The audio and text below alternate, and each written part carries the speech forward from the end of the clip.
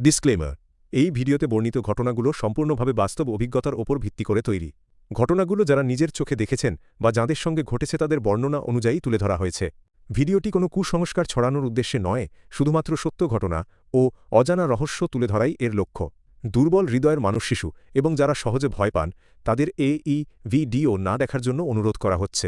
ভিডিওটি নিজ দায়িত্বে দেখুন। जिंदगी और मौत का सिलसिला तो चलता रहता है, तो मौत का मातम मनाने के बजाय जिंदगी का जश्न मनाना चाहिए। গৌরব তিওয়ারি ভারতের সবচেয়ে জনপ্রিয় প্যারানর্মাল ইনভেস্টিগেটর, যাকে আমরা চিনি ভূতের শিকারী হিসাবে। কিন্তু আপনারা কি জানেন এই মানুষটি একসময় ভূত প্রেত বিশ্বাসই করতেন না। তিনি ছিলেন একজন পেশাদার পাইলট, যার আকাশ ছোঁয়ার স্বপ্ন ছিল, কিন্তু ফ্লোরিডায় একটি অভিশপ্ত ফ্ল্যাটে তার জীবনকে চিরতরে বদলে দেয়। আজকের ভিডিওতে আমরা শুরু করছি গৌরবের সেই অবিশ্বাস্য যাত্রা।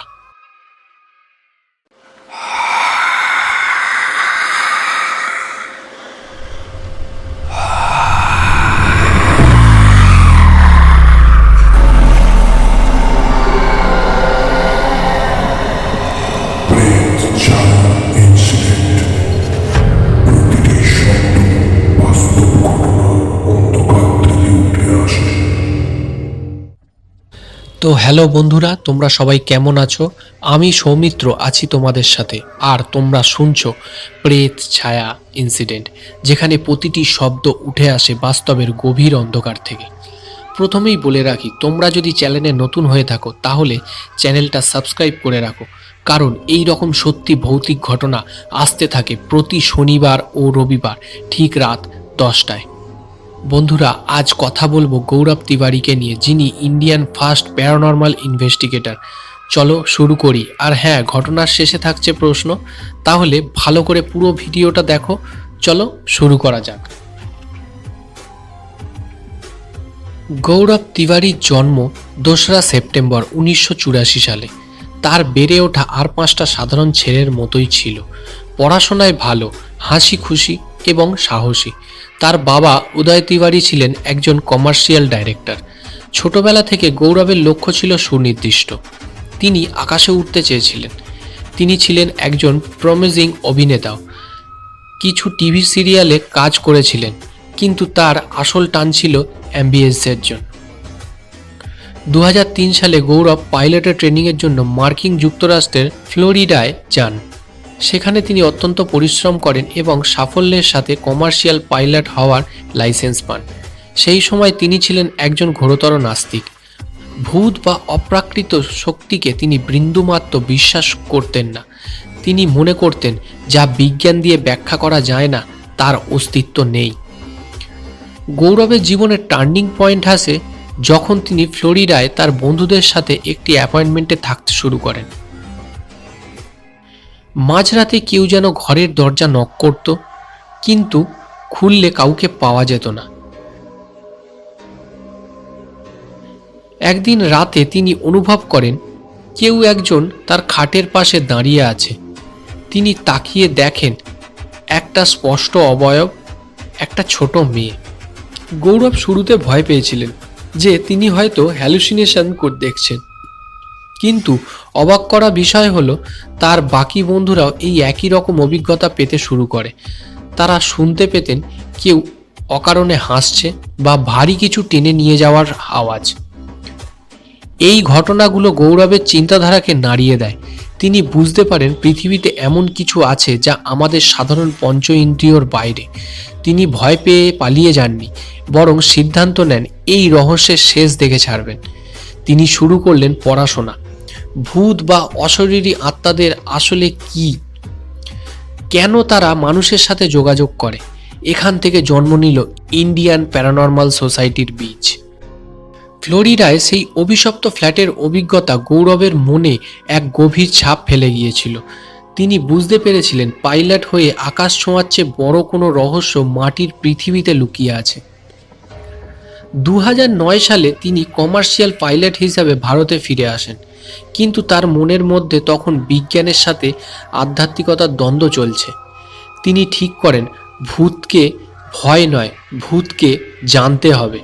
তিনি আবার আমেরিকায় ফিরে যান এবং প্যারানর্মাল ইনভেস্টিগেশনের উপর উচ্চতর পড়াশোনা ও সার্টিফিকেট নিয়ে কোর্স সম্পন্ন করেন।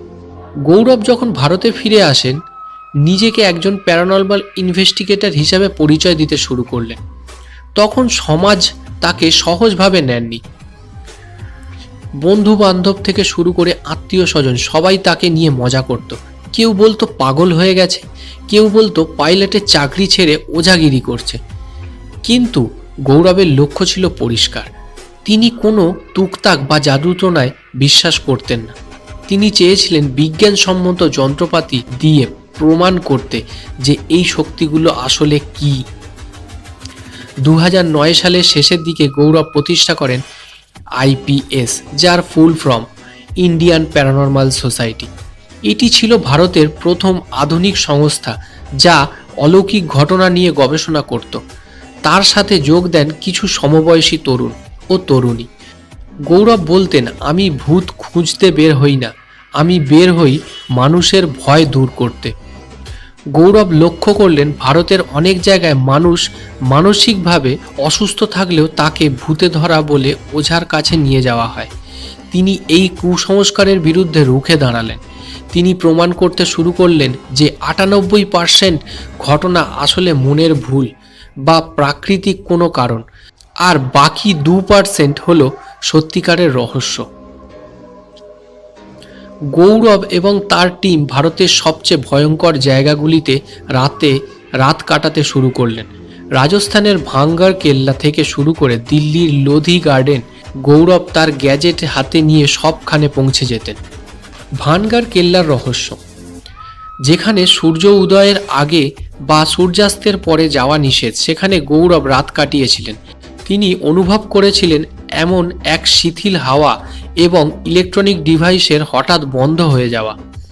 তিনি বুঝতে পারলেন আত্মারা আসলে এনার্জি বা শক্তির রূপ, যা আমাদের সাথে যোগাযোগের চেষ্টা করে। খুব দ্রুত গৌরবের নাম চারিদিকে ছড়িয়ে পড়ল এই নিয়ে। তার নির্ভীক আচরণ এবং বৈজ্ঞানিক যুক্তির মানুষের নজর কাড়ে। ফেয়ার ফাইলস, ভূত আয়া এর মতো শোতে তার বিশেষজ্ঞ হিসাবে ডাকা হয়। MTVর এক জনপ্রিয় শো ঘোস্টে তিনি মূল সঞ্চালক হিসাবে কাজ শুরু করেন।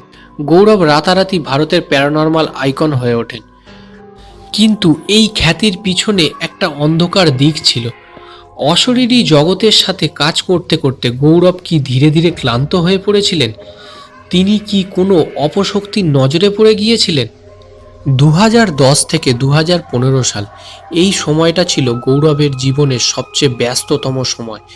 তিনি আর কেবল একজন গবেষক ছিলেন না, তিনি হয়ে উঠেছিলেন ভারতের ঘোস্ট হান্টার। তার কাছে প্রতিদিন শত শত ইমেল আসত। কেউ তার বাড়িতে অদ্ভুত শব্দ শুনেছেন, কেউ দেখেছেন আয়না, অন্য কারোর ছায়া। গৌরব তার টিম নিয়ে পৌঁছে যেতেন সেই সব জায়গায়। এই পর্বে আমরা জানব তার করা 6000-এর বেশি ইনভেস্টিগেশনের মধ্যে সবচেয়ে হাড়হিম করা কিছু ঘটনা। ভানগার কেল্লা, ভারতের সবচেয়ে অভিশপ্ত স্থান বলা হয় রাজস্থানের ভানগার কেল্লাকে। গৌরব সেখানে রাত কাটানোর চ্যালেঞ্জ নিয়েছিলেন। গৌরব রেকর্ড করছিলেন কিছু অস্পষ্ট কণ্ঠস্বর, যেখানে মনে হচ্ছিল কেউ কাউকে আদেশ দিচ্ছে। জুন মাসের প্রচণ্ড গরমের কেল্লার একটি বিশেষ ঘরে গৌরব হঠাৎ অনুভব করেন তাপমাত্রা হিমাঙ্কের নিচে নেমে যাচ্ছে। তার কাছে একটা থাকা থার্মোমিটার কোল্ড স্পট হয়ে উঠেছে। গৌরব প্রমাণ করেন যে সেখানে কোনো নেতিবাচক শক্তি আছে ঠিকই, কিন্তু মানুষ যতটা ভয় পায় তার চেয়ে বেশি কাজ করে কুসংস্কার। মসৌরির কাছে ল্যাম্বি দেহ মাইন্স, যেখানে কয়েক হাজার খনির শ্রমিক মৃত্যু হয়েছিল।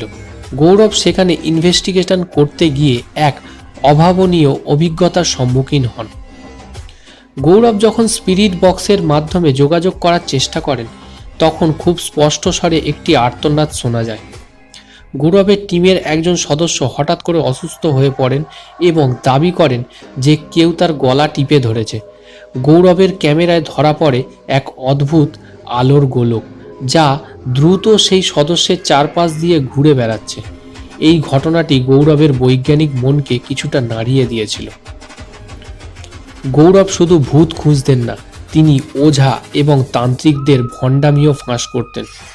অনেক ক্ষেত্রে দেখা যেত কোনো মহিলা মানসিকভাবে অসুস্থ, কিন্তু গ্রামবাসীরা তাকে ডাইনির অপবাদ দিচ্ছে। গৌরব সেইখানে গিয়ে বৈজ্ঞানিক যন্ত্রপাতি দিয়ে প্রমাণ করতেন যে ওখানে কোনো ভূত নেই।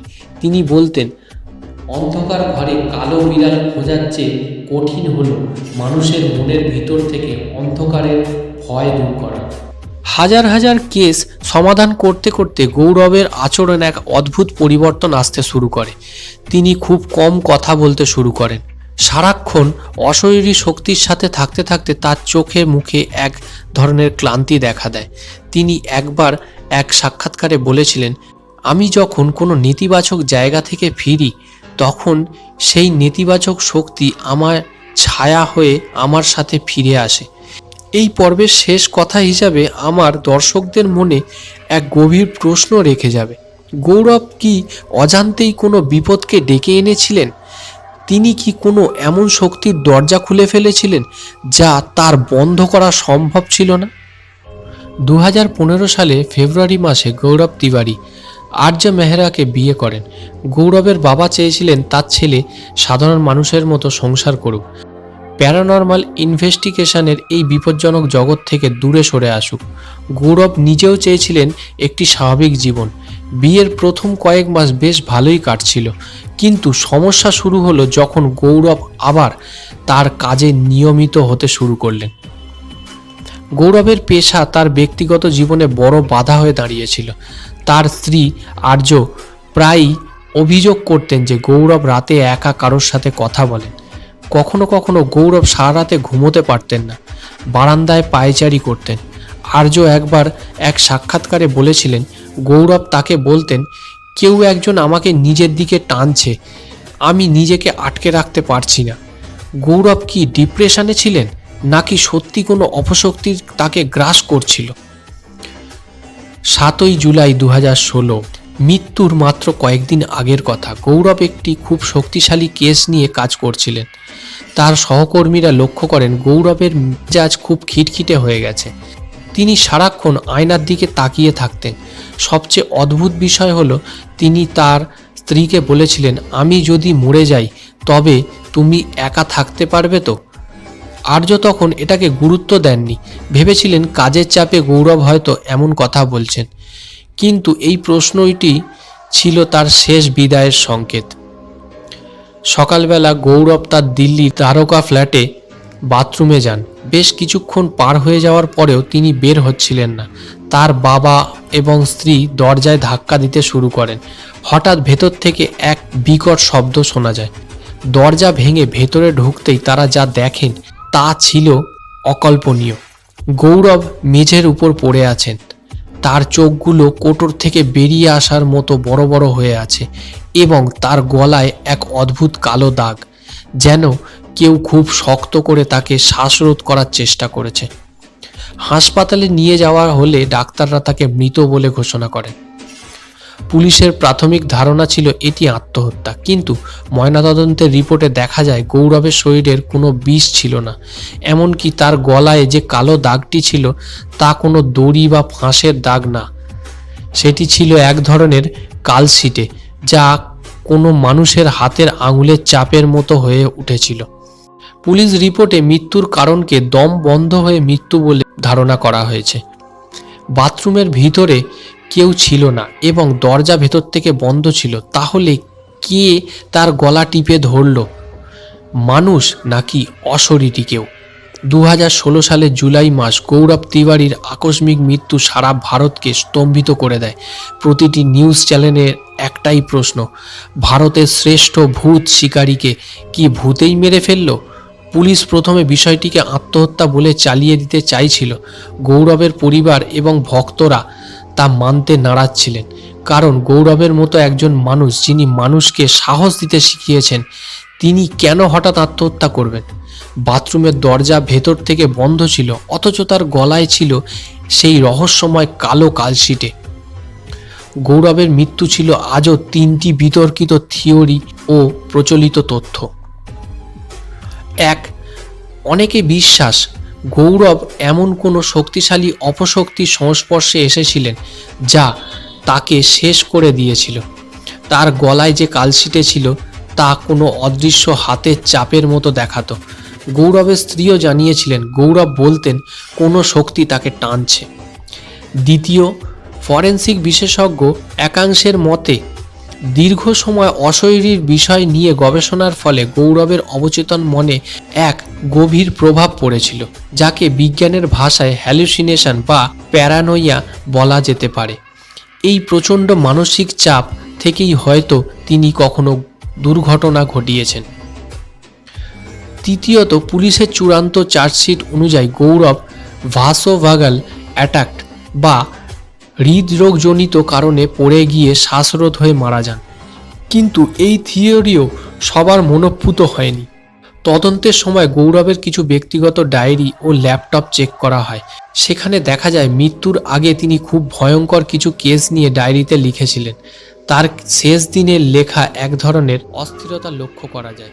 তিনি লিখেছিলেন, the more I seek, the more I realized I am begin waste. এর মানে আমি যতই বেশি খুঁজি তত বেশি অনুভব করি যে আমাকে কেউ দেখছে। এই কথাগুলো আজও তার অনুগামীদের মনে কাঁপুনি ধরিয়ে দেয়। গৌরবের মৃত্যুর পর অনেকেই ভেবেছিল ইন্ডিয়ান প্যারানর্মাল সোসাইটি বন্ধ হয়ে যাবে, কিন্তু তার সুযোগ্য টিম এবং তার আদর্শে অনুপ্রাণিত হয়ে আজও সেই সংস্থা কাজ চালিয়ে যাচ্ছে। তারা আজও বৈজ্ঞানিক পদ্ধতিতে বিভিন্ন রহস্যের সমাধান করছে। গৌরব চেয়েছিলেন ভারতে যেন প্যারানর্মাল রিসার্চকে একটি বিজ্ঞানের হিসাবে দেখা হয়, ওঝা বা জাদুটোনার অংশ হিসাবে নয়। তার এই স্বপ্ন আজও বেঁচে আছে হাজার হাজার তরুণ গবেষকদের মধ্যে।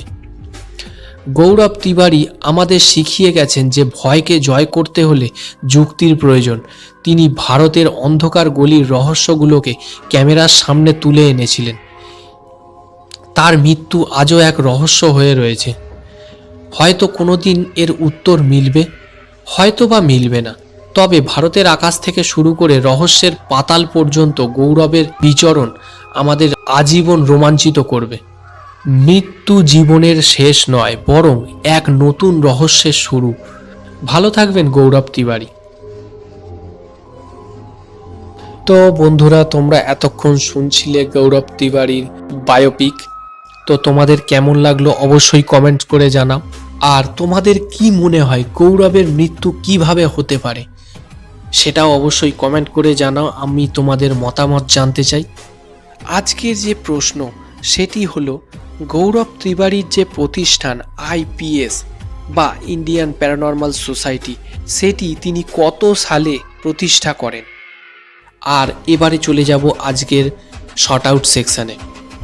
আগের পর্বে কমেন্ট করেছিল প্রিয়া খান 8786। সে লিখেছে ভালো লাগলো শুনে। এরপরে কমেন্ট এসছে ফেসবুক ইনবক্সে, সেখানে লিখেছে সৈকত হাজরা, মৌসুমি হালদার। এরা সকলেই বলেছে এমন ঘটনা আরও শুনতে চাই। তো তোমরা এমনভাবেই ভালোবাসা দিয়ে যাও যাতে প্রেত ছায়া আরও দূর পর্যন্ত এগিয়ে যেতে পারে। আর তোমাদের কেমন লাগলো অবশ্যই জানাও কমেন্ট করে। আর যদি এই টপিকটা ভালো লেগে থাকে তাহলে বন্ধুদের সঙ্গে শেয়ার করতে ভুলো না। আর তোমরাও যদি তোমাদের লাইফে ঘটে যাওয়া কোনো বাস্তব সত্যি ভৌতিক ঘটনা আমার সাথে শেয়ার করতে চাও তাহলে আমাকে লিখে পাঠাও। আমার হোয়াটসঅ্যাপ নাম্বার দেওয়া থাকবে ডেসক্রিপশান সেকশানে। আজকের জন্য টাটা। তোমরা এতক্ষণ শুনছিলে প্রেত ছায়া ইনসিডেন্ট। এখানে প্রতিটি শব্দ উঠে আসে বাস্তবের গভীর অন্ধকার থেকে।